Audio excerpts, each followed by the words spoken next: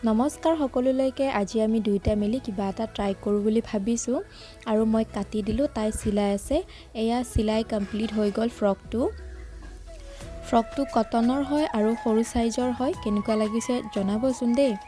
next আৰু এটা বনাওঁ আৰু এইটো সাইজটো ডাঙৰ হ'ব আগতে এনেকুৱা ফ্ৰকবোৰ বনাইছিলোঁ কিন্তু আজিকালি বনোৱাই নহয় আৰু এতিয়া আমি দুইটা মিলি ইয়াৰ জোখ মাপবোৰ লৈ আছো কেনেদৰে বনালে ভাল হ'ব আৰু এইবোৰ লোৱাৰ পিছতে এইটো কাটিং কৰিলে আৰু কাটাৰ পিছতে তাই এইটো ওপৰৰ পাৰ্টখিনি চিলাই দিলে ওপৰৰ পাৰ্টখিনিও চিলোৱা হৈ গ'ল আৰু তাৰ পিছতে মই তলৰ পাৰ্টখিনি চিলালোঁ